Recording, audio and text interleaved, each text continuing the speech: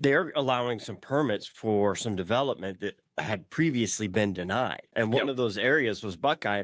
I had said earlier just how nice a lot of the irrigated properties out in the East Valley were, but it's really all along the Salt River. And there's some nice stuff up in Phoenix, but all of that's channeled by SRP. Those flood irrigation properties, those they go all the way out through Buckeye, and a lot of farming there. And that was my first thought is, oh, well, what farm or dairy are we getting ready to lose now for, this next microchip plant or this next data center? Yeah, and that could be trouble. And what I'd recommend, so the state of Arizona, especially Maricopa County, has been great at being at the forefront and knowing what needs to come next.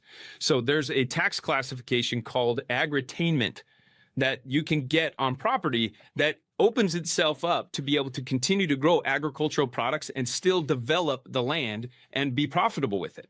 And so that is what I would recommend. If you've got some empty land and other places that you're afraid what it's going to turn into, see if you can help influence them to shift towards an agritainment site.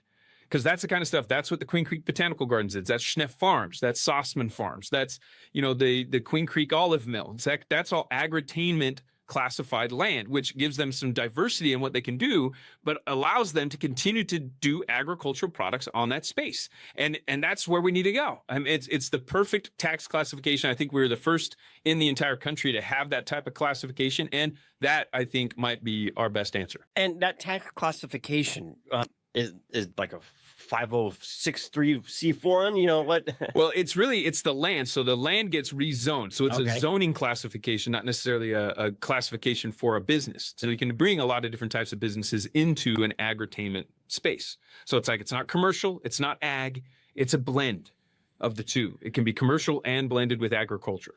And so it's great. Zoning, it's always been residential or commercial. So yeah, there's another one. Agriculture and Agritainment, which then allows for some diversity. I mean, you can do medical centers with agritainment. You can integrate food services. You can integrate entertainment, obviously, with it. Our botanical gardens. You can even have housing integrated into that. So, home developments could be on agritainment land.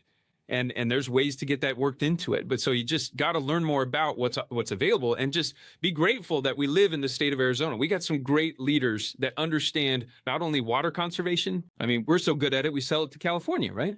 But it's something that we can do that then can keep ag on the original ag land. I mean, that's what's happening. It's being sold off. And then we're trying to push the ag to the desert now. It's like, no, the good ag land is what's always been the good ag land. That's close to the canal system, has a great aquifer system. We need it to kind of stay around that. So as this land converts over, if it can upscale to agritainment, now we can still have the opportunity to continue to grow our own food. Without that, it's just a concrete jungle. And we don't want that, especially not in Queen Creek. No. And so did you have to go get that zoning from the city of Queen Creek? Did they have the authority to do that as a municipality, or did that have to go to state? I think it's a county related thing, and the city usually is supportive of that. I know Queen Creek is very supportive of it. And so I'd start there as you're looking to develop your land. Ask the right questions. Ask what my options are. See, how can I get agritainment as my zoning classification? And that's kind of your start. You have to just start asking the questions, see if you can get your cities involved. That's a great way to do it. Again, town of Queen Creek, they're the best in the state and probably the country at doing that. And it's borderline. I can never remember. Are they still in Maricopa, or are you at Pinal at that point? They are Maricopa County. So that is Maricopa County. Santan Valley now has its own municipality. But they're in Pinal. Yes, they're Pinal County. Okay. That line down there, I can never remember exactly. It's blurred. It's blurred.